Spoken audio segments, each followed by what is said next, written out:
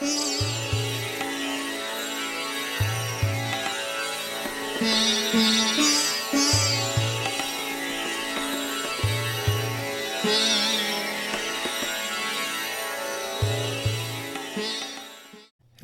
and welcome to Leadership is a Philosophy, Not a Checklist, question and answer session number 2. So one thing that's been kind of interesting about this project is I thought I was going to get a whole bunch of questions. Well, one, it's a pretty niche area, right? The problem is, it's just like the problem at the very beginning of this whole project. If somebody's a natural leader, they have seen so much stuff that's not leadership that they don't care. And so they're not going to even look at it because it's, what's this? What am I going to learn from this? If you are a manager without the leadership talent and therefore think that you're amazing because you have all the certificates and all that sort of stuff, you probably don't have an open mind and aren't going to watch it. The third thing is, if you're an employee, you've been conditioned to think that work is just supposed to stink anyway. So why would I want to watch something about leadership? Because all leadership is corrupt. So I thought I was going to get more questions than I have, and I have not. So I had a Q&A session, almost a year ago, and now we're on the second one. So we're going to proceed through those, and hopefully you guys find it interesting. I don't know. First question that I got was, what does this logo mean? What's all this stuff? Funny, I was going to make a video about it a long time ago and thought, nobody's going to care. But somebody asked the question, so they get the answer. So let's go to the first one. So first, this is an Ouroboros, right?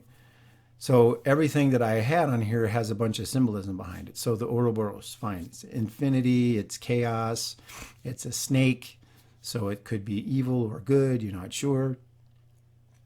And it's all wound up in an infinite knot, which is fine.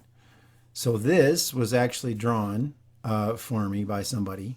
And the funnier part about that is I had them draw it and took the picture, thought it was amazing, and was going to do some stuff to it, set it down, and about a half an hour later, I heard this weird ruffling noise, and my dog had gotten a hold of it and chewed it into teeny tiny bits. So the dog ate the homework. Anyway, they had taken a picture of their work, and so this is the picture of the actual drawing, and that is now the backdrop. Trying to get it redrawn, one in this form and two in another form to make it more logo-esque so that it can be readily copied.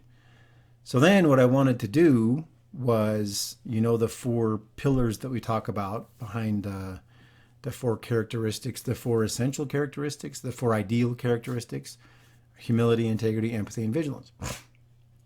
So my idea was to go back, because if you go back and look at all of these ancient texts from thousands of years ago, there is reference to all of those characteristics in the people that were the king or the people that were going to be voluntarily followed or whatever.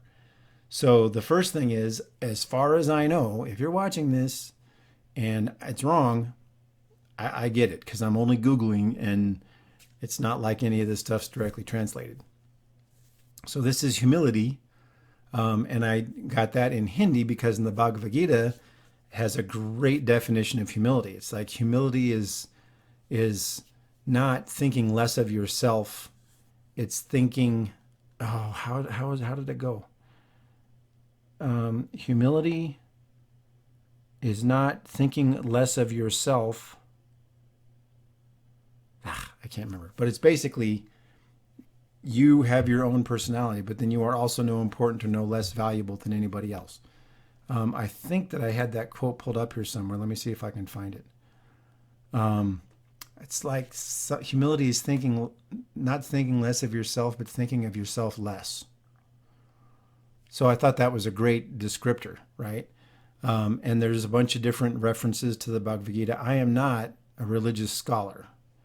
And so the thing I'm always leery of is making some statement that's radically wrong and then being called an idiot because I don't know what I'm talking about. I'm perfectly willing to admit that I'm an idiot and I don't know what I'm talking about when it comes to this. So this could not even be humility. It's one of those things where I'm going, well, I don't know. So I wanted to because what I wanted to do was put symbols on here Problem is, this is a whole word, so suddenly it doesn't fit. Next was empathy. Now, empathy is talked a lot about in the Tao Te Ching. It also talks about humility and integrity, all that sort of stuff. But if I were to take away what I got from my reading of the Tao Te Ching, there's a lot about humility. So here's the Chinese for humility, which I thought was unbelievable, because look at what it has. Well, I don't know if you can see it. It says ears, eyes, undivided attention, and heart. So eyes, hey, vigilance, undivided attention, vigilance, right? Focus, heart, empathy, ears, attention again. So even though it's talking about empathy, it's really a lot of attention and vigilance. But this is the word for empathy in Chinese, or the character, the calligraphy. Once again, this is a Google search. I'm not a Chinese expert. I could be radically wrong. So that's part of the reason I didn't use the symbol. The other symbol that was good was integrity, right? This is also Google search. Like I said, I could be wrong. And so the problem that you run into is you take this, if this is actually humility, and cram it in here, and then it's too small to see. You do empathy or integrity, and then what I really wanted to do was get Hebrew, because, when you talk about Moses, Moses was the most humble. Talk about integrity, talk about all these sort of things. So once again, this is Hebrew, but I'm not even sure if this is right or if it's the right word, because you know how it works with translations. You could have the whole thing be a mess. But part of the reason I wanted to show this is because if you look at this, so let's say 25, 26, 2700 years ago is about when some of these religious texts were written. They all had the same themes. So, three of the four major ancient civilizations had this in their religious documents. And so that's what I was trying to show. And then if we were to think about the last one, right, which could be the Egyptians, right, that one's easy. So that's the first one that I had, which is the Eye of Horus. So you know the story if you've gone and watched my thing on the archetype. So Horus is paying attention, is vigilance, is making sure that the state didn't get corrupted because Osiris was the state. Osiris wasn't paying attention, so Set killed him, took him to the underworld, chopped him up into pieces, spread him around the world.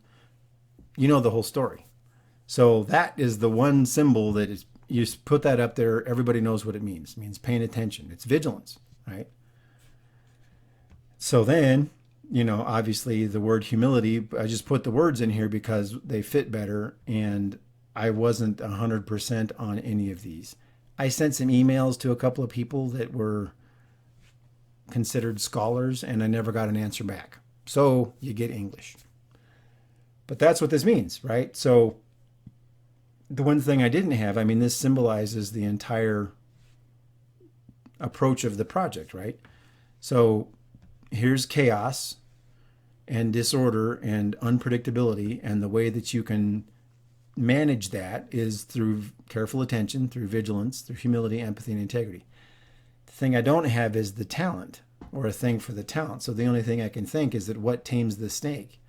Well, not everybody can be a snake tamer, right? So I was going to put a snake tamer in here, but then it's just a whole bunch of stuff. But the other thing, the other idea behind this is to show that it's complicated, right? And also, if you take this snake, right? Like I said, I could talk about this for a long time. So if you were to take the snake and go bop and pull it so that the integrity part gets bigger, well, that means you still have to handle every situation with vigilance, humility, empathy, and maybe integrity is the most important thing for that certain decision, but you still need the others.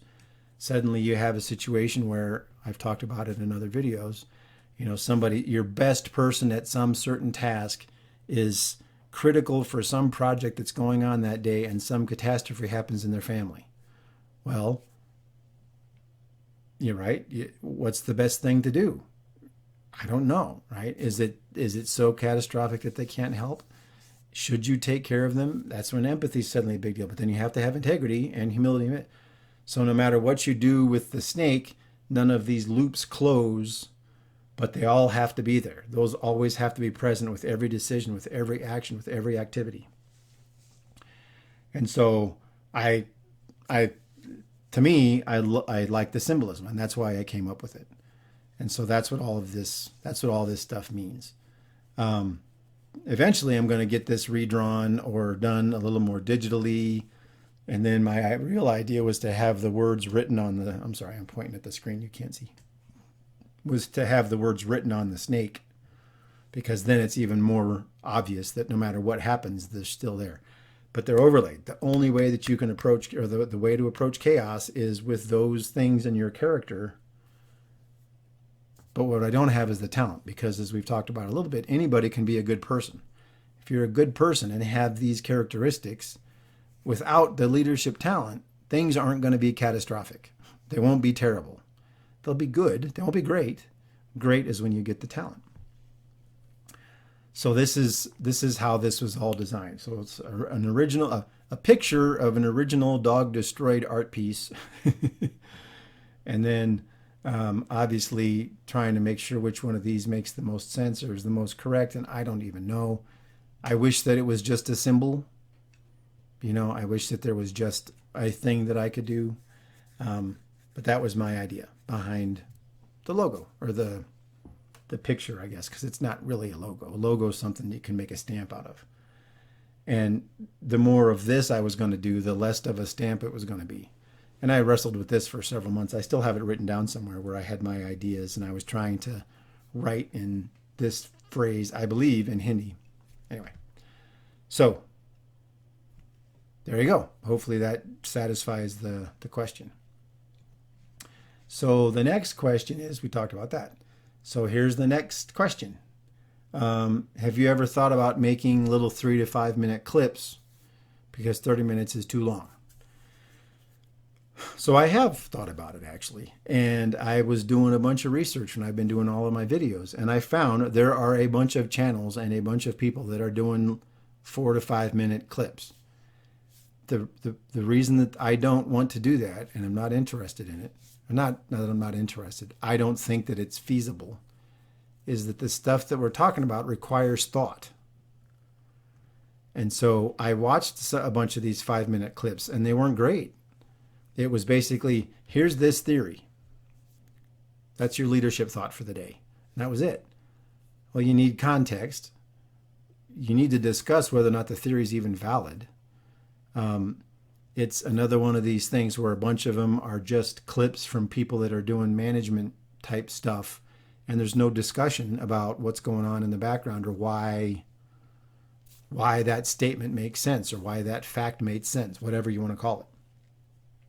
And so that's not what this channel is, right? I'm not trying to say that I'm above that. That's not the point. What I'm trying to say is that my goal is to give a good chunk of time, a good chunk of attention to a certain topic, so that there is a lot to talk about, or a lot to bring up, or different ways to think about it so that you can understand it better. I think part of the problem with leadership is that we think it can be done with little clips, right? We think it can be, what was that one from the Tao Te Ching? A great country is like a fish. It spoils if you mess with it too much while you're cooking it, or whatever that quote was. Sure, that's great. Now let's talk about that for hours and hours and hours and hours and hours. I don't need to do that, right? There's plenty of people that are doing that work, and that's just not my focus. I also reached out to a couple of those people, a couple of them PhDs, said, hey, I would love to collaborate and talk about some of your things. And one of them didn't answer, and the other one answered and said, oh, I'm really only interested in talking to my colleagues, my other PhDs about this stuff. Okay, so, I'm not interested. So and the other problem is sometimes some of the stuff I'm talking about, there isn't a 3 to 5 minute clip that works, because you got to have all the backstory and you got to have the context. I feel bad doing the 30-minute videos on stuff, because I'm pretty sure, well, I can tell from my viewership, that a bunch of people haven't watched the original series, the original playlist, Leadership's a Philosophy, Not a Checklist. So they're watching the thing that I've done that's 30 minutes long and have no background. They don't have context on the 30 minutes. So if I did 5 minutes, that's even worse. Then it's just, what does this even mean, right? So The answer is no. And then my third question, like I said, we're on a tear. We had two questions last one. This one we got three. So, next year we'll anticipate that we'll have six, right? So what's next for your project? This was a really nice question because the person that asked this question actually said that they thought I had done a good job proving my point that leadership is definitely a talent, right? It's definitely something that people have and can be developed, and some people don't, right? So that was a nice thing to hear. Well, here's the next steps for my project. First step is I'm going to take all the videos that I've done and all the talking and go back and look at my original manuscript where I wrote basically an essay for each one of the original chapters. And I'm going to try to get them published in a couple different places. I'm not going to try to go through a traditional publisher because I've heard about the creative control that you lose when you do that. And so I'm going to try to do all this independent. So I'm going to try to get it published in some different magazines and then turn it into a book that I'll sell for, I don't know, $5-7, something. But directly, I'm going to sell it direct. Second thing I'm doing is I'm going to launch a website. I've been working on the website, and it's kind of funny. I've told this story to a couple people. My whole life, I've been really good at organizing people. So I'm really good at finding the best at stuff. What that means is I'm not the best at anything. I'm functional in a lot of technology, but I'm not the best at it. So building this website has been interesting, to say the least, because I'm just not, I know what I want, and trying to translate it is not great. Whereas I'm used to having people, I say, here's my vision, and they go, ooh, and I know that they've got the skills. Then I come back and look at it, and it's way better than I imagined every time. Well, right now it's not what I imagined at all. So it's my fault. So it's been fun. Anyway, on the website, I'm going to have all of the resources that I have found that are free, all of the books that I have that I've been using as research that are free, and then I'm going to have links to all my videos. I'm going to have a forum on there, and then I want to turn this into a consulting business. The problem with the consulting business is I'm not selling a system, right? I'm not selling a checklist, and I'm not selling different quality levels. It's like, okay, now that you've taken the basic, now you get advanced. And no, that's not the problem. So working on that. The biggest issue I see, as I talked about in the beginning, is if an organization calls and says we've got a really bad leadership climate, well, that's a great start because that means they at least understand that. If there were natural leaders in the building or in the organization, they would already have the solutions, right? So it'll be interesting because that means it takes somebody with humility and maybe a little bit of awareness to understand that, yeah, they might have all of this training, but the people are still miserable, right?